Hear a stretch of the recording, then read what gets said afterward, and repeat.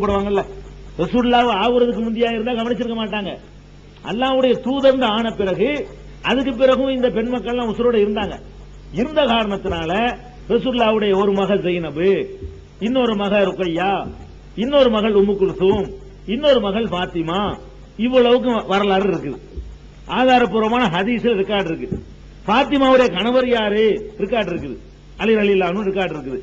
அதே மாதிரி ருக்கையாவுக்கும் உம்மு குல்சூக்கும் கணவர் யாரு, உஸ்மான் ரலியல்லாஹு அன்ஹு. முதல்ல ருக்கையா கல்யாணம் பண்ணி கொடுக்கறாங்க, அவங்க ருக்கையா இறந்துடுறாங்க. இரண்டாவது மகளை என்ன செய்யறாங்க, அவருக்கு ரசூல் ஸல்லல்லாஹு அலைஹி வஸல்லம் கட்டி கொடுக்கறாங்க. அப்ப ரசூலுல்லாஹ்வுடைய ரெண்டு மகளை கட்டினதுனால தான் அவருக்கு துன்னூரைன், இரண்டு ஒளிக்கு சொந்தக்காரங்க அவருக்கு பேர். உஸ்மான் ரலியல்லாஹு அன்ஹு பேரே என்ன, துன்னூரைன். நூறுண்டா ஒரு பிரகாசம், நூரைன் ரெண்டு பிரகாசம், ரெண்டு பிரகாசத்திற்கு சொந்தக்காரர்னு சொல்லி அவருக்கு ஒரு பட்டமே சொல்லுவாங்க உஸ்மானுக்கு. இதனால ரெண்டு மகளை கட்டினாராம். ரசூலுல்லாஹ்வுடைய இரண்டாவது மகள் ருக்கையாவை கட்டினாரு, மூணாவது மகள் உம்மு குல்சூமையும் கட்டினாரு. அதுவும் இருக்குது. ஜைனபு ஆசு அவரை கல்யாணம் பண்ணாருன்னு சொல்லி அதுக்கு என்ன இருக்குது, ரெக்கார்டு இருக்குது. அவர் மதமா காபிராவே இருந்தாரு, கடைசி அவர் இஸ்லாத்துக்கு வந்தாரு. இந்த விவரங்கள் எல்லாம் என்ன இருக்கு, வரலாறுல காணப்படுது. அப்ப நபி ஸல்லல்லாஹு அலைஹி வஸல்லம் அவங்க கல்யாணம் பண்ண வயசு ரெக்கார்டுல இருக்குது. அவங்க மனைவிக்கு எத்தனை வயசு என்பதுல 2-3 கருத்து வருது. துல்லியமான ரெக்கார்டு இல்ல. அவங்களுக்கு 4 பெண் மக்கள் என்பதற்கு துல்லியமான ரெக்கார்டு இருக்குது. இந்த 4 பெண் மக்களுமே நபி ஸல்லல்லாஹு அலைஹி வஸல்லம் உசுரோட இருக்கிற காலத்துல மௌத்தா போயிடுறாங்க. ஒரு பெண் மகள் மட்டும்தான் ரசூலுல்லாஹ்வுக்கு பிந்தி மௌத்தா போறாங்க, பாத்திமா நாயகி. ஜைனப் ரலியல்லாஹு அன்ஹு ரசூல் ஸல்லல்லாஹு அலைஹி வஸல்லம் ஹயாத்தோட இந்த உலகத்துல வாழும் பொழுது அவங்க மரணிச்சிடுறாங்க. ருக்கையாவும் மரணிச்சிடுறாங்க.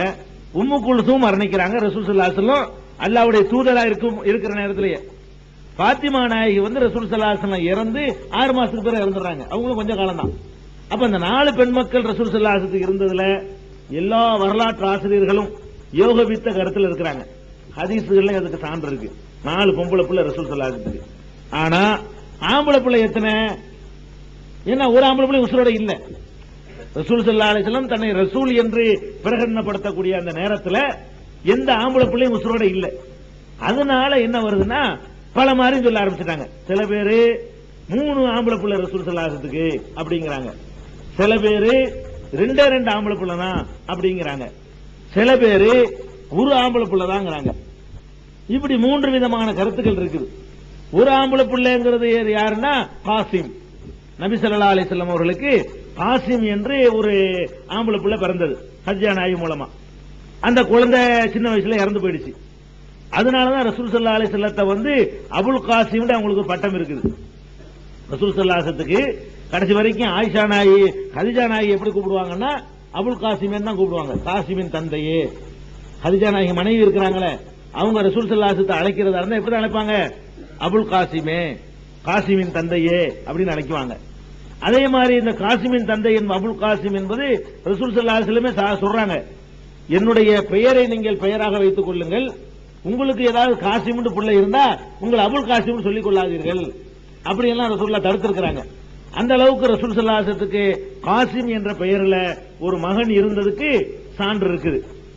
அது போக தையிபு, தாகிரு இப்படி 2 பிள்ளைங்க இருந்தாங்க அப்படின்னு சில பேர் சொல்றாங்க. இன்னும் சில பேர் என்ன செய்யறாங்கன்னா, இல்ல இல்ல அப்துல்லான்னு 2வது பிள்ளை, அந்த அப்துல்லாவுக்கு தான் தையிபு தாகிரன் பேரு, ஒரே பிள்ளைக்கு தான் 3 பேரு. இப்படி எல்லாம் பலவிதமான கருத்துக்கள் ஆம்பளை பிள்ளை விஷயத்துல வருது. ஏன் அப்படி வருது, பிறந்தாங்க ஒரு வயசுல இறந்து போச்சு. நமக்கு பக்கத்து வீட்டிலேயே சின்ன குழந்தைகள் ஒரு 2-3 குழந்தை இறந்து போச்சுன்னா கரெக்டா நமக்கு சொல்ல தெரியாது. எத்தனை குழந்தை அந்த வீட்டில் இறந்துருக்குன்னு சொல்ல தெரியாது. எதை நமக்கு சொல்ல தெரியும், யாரு இருக்கிறாங்களோ அதான் சொல்ல தெரியும். நமக்கு பக்கத்து வீட்டில் நடந்தது அது நமக்கு சொல்ல தெரியாது. எத்தனை குழந்தை பிறந்து எத்தனை குழந்தை சின்ன வயசுல இறந்துருக்குங்கிறது பெற்ற தாய்க்கு தெரியும், அந்த தகப்பனுக்கு தெரியும். நமக்கு இத்தனை குழந்தை பிறந்துச்சு, இத்தனை இறந்து போச்சுங்கிறது தெரியும். சின்ன வயசுல ஒரு 2-3 குழந்தை இறந்து போச்சுன்னு வைங்களேன், பக்கத்து வீட்டுக்காரனுக்கு துல்லியமா சொல்ல தெரியாது. 2-3 குழந்தை இறந்துருக்கு, இல்லங்க 3ங்க, இல்லங்க 2ங்கம்மா, ஒருத்தர் 2மா ஒருத்தர் 3மா, அந்த பக்கத்துல 2 குழந்தைமா, இந்த பக்கத்துல 3மா, இதெல்லாம் துல்லியமா சொல்ல முடியாது. இதே மாதிரி தான் ரசூல் ஸல்லல்லாஹு அலைஹி வஸல்லம் உடைய ஆம்பளை பிள்ளைங்க எல்லாம் சின்ன வயசுல இறந்துட்டதுனால அது கரெக்ட் ரசூலுல்லாஹ்வும் சொல்லல, எனக்கு இத்தனை ஆம்பளை பிள்ளை பிறந்துச்சு, அது இத்தனையும் இறந்து போச்சு அவங்க வாயால சொல்லி இருந்தால் அது நம்ம ரெக்கார்டா எடுத்துக்கலாம். அவங்களும் சொன்னது இல்லை. அதனால ஒண்ணு நம்ம உறுதியா தெரிஞ்சுக்கலாம், காசிம் என்று ஒரு மகன் இருந்தது உண்மை. அதனால் நபி ஸல்லல்லாஹு அலைஹி வஸல்லமுடைய பெயரே என்ன? அபுல் காசிம். அபு என்றால் தந்தை, அபுல் காசிம் என்றால் காசிமுடைய தந்தை அப்படின்னு ஒரு பட்ட பெயரை அவங்களுக்கு இருந்தது உண்மை. 4 பொம்பளை பிள்ளைங்க இருந்தது உண்மை. இது போக இன்னும் சில ஆம்பளை பிள்ளைகள் இருந்திருக்கலாம், இல்லாமல் இருந்திருக்கலாம். அது அல்லாஹ்வும் அல்லாஹ்வுடைய ரசூலும் சொல்லல. சரியான அறிவிப்புகள்ல ப்ரூஃப் செய்யப்படல. கன்ஃபார்மா உள்ளது ஒரு ஆம்பளை பிள்ளை.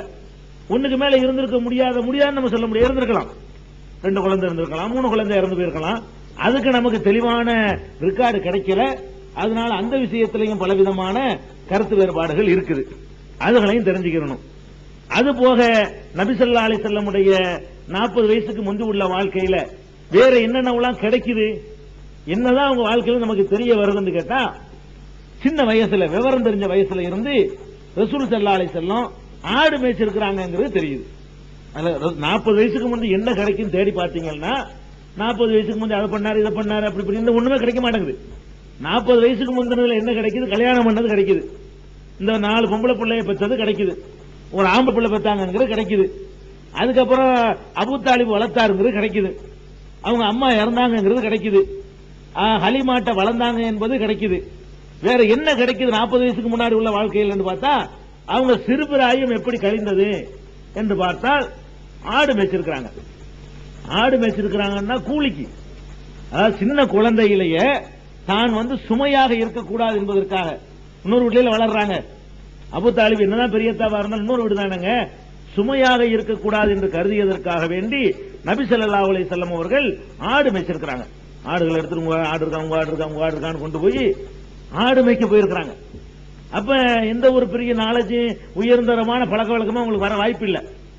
அவங்க சின்ன வயசுல எல்லாம் இருக்கு அப்படி ஆக்குறான்னு கேட்டா, இந்த மாதிரி ஆடு மேய்ச்சிக்கிட்டு இருக்கு ஒரு ஆள் இந்த அகில உலகத்துக்கு பெரிய பெரிய தத்துவங்களை சொல்லும் போது அதிசயமா இருக்கு.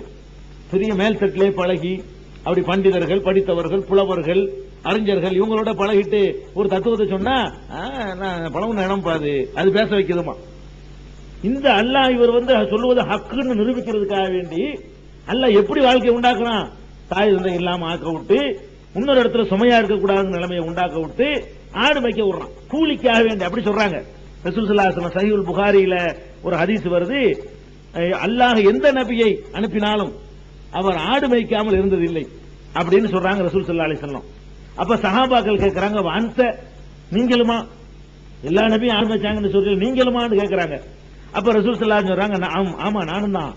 குன்த அர்ஆஹா அலா கராரீத லி அஹ்லி மக்கா, மக்காவாசிகளுக்காக வேண்டி சில சில்லறை காசுகளுக்கு கூலியாக நானும் ஆடு மேய்த்தவன் தான். சில்லறை காசு கூலி பெற்றுக் கொண்டு நானும் மக்காவாசிகளுடைய ஆடுகளை கொண்டு போய் அந்த மாதிரி காட்டுல கொண்டு மேய்ச்சிட்டு வருவேன். ஆடு மேய்க்கிறேன்னா சாதாரண வேலை இல்ல. ஆடு மேய்க்கிறேன்னா விழுகிற வெயில் நம்ம மேலதான், கல்லு குத்தும் முள்ளு குத்தும் காட்டுல போய் ஆடு மேய்க்கிறேன். அதானே ஒரு ஆடு அங்கிட்டு ஓடும், ஒரு ஆடு இங்கிட்டு ஓடும். ஒரு ஆட்டை தொலைச்சிட்டு வந்தோம்னா அங்க பின்னி எடுத்துருவான், திட்டுவான். யாருக்கா ஆடு மேய்க்க போறோமோ அவன்கிட்ட பேச்சு வாங்கணும். ரொம்ப கஷ்டமான வேலை இது. இதை நானும் செஞ்சவன். எப்ப சொல்றாங்க? அகில உலகத்துக்கு எல்லாம் மாமன்னர் ஆன பிறகு மதீனாவுல இருக்கும் பொழுது அப்ப சஹாபாக்கள் கேட்கறாங்க, நீங்களும் ஆடு மேய்ச்சிருக்கீங்களா? ஆமா ஆடு மேய்ச்சிருக்கிறேன். கூலிக்கு மேய்ச்சிருக்கையா? அதையும் சொல்றாங்க. வெக்கத்தெல்லாம் விட்டு என்ன செய்யறாங்க? நான் எங்க வீட்டு ஆடு மேய்ச்சேன்னு சொல்லல, கூலிக்கு ஆடு மேய்ச்சவன் தானே, அதுல ஒன்னும் சந்தேகம் கிடையாதுங்கிறாங்க. அப்ப பெருமானார் ஸல்லல்லாஹு அலைஹி வஸல்லம் இந்த சின்ன வயசுலயே விவரம் தெரிஞ்ச வயசுலயே யாருக்கும் சுமையா இல்ல, சம்பாதிச்சு கொண்டே வீட்டுல கொடுத்துருக்காங்க. இந்த மாதிரி கூலிக்கு ஆடு மேய்ச்சிட்டு போய் அதை கொடுத்துதான் சாப்பிட்டு இருக்காங்களே தவிர அப்பவே அந்த தன்மான உணர்வு, அப்பவே உழைக்கணுங்கிற உணர்வோடு பெருமானார் ஸல்லல்லாஹு அலைஹி வஸல்லம் இருந்திருக்கிறாங்க என்பதற்கு ஆதாரம் கிடைச்சிருக்கு. அதே மாதிரி இன்னொரு சம்பவத்தை பாருங்க. இந்த ஆடு மேய்ப்பதில் கூட ஏதோ ஒரு நாள் 2 நாள் இல்ல, ஆடு மேய்ப்பதில் எவ்வளவுக்கு தேர்ந்த அனுபவம் இருக்குதுங்கிறது ஒரு ஹதீஸ். இப்ப நான் சொன்னது புகாரில, சஹீஹுல் புகாரில 2102வது ஹதீஸ்ல இருக்கு ஆடு மேய்ச்சாங்க என்பது. அதே மாதிரி இன்னொரு சம்பவத்தில் என்ன வருதுன்னா, ஜாபீர் ரலியல்லாஹு அன்ஹு சொல்றாங்க. அப்ப இந்த மரம் இருக்குல்ல, மிஸ்வா குச்சி இருக்குல்ல, அந்த அராக்கு குச்சிம்பாங்க, அந்த குச்சிய அதுக்கு ஒரு மரம் இருக்குது. அந்த குச்சிக்குன்னு உள்ள அராக்கு மரம்னு ஒரு மரம் இருக்குது. அந்த மரத்தினுடைய கனி இருக்குல்ல, அது காடுகள்லான இருக்கு. ஆடு மேய்க்க போறவங்க அந்த கனி எடுத்து சாப்பிட்டுக்குருவாங்க, நல்லா ருசியா இருக்கு.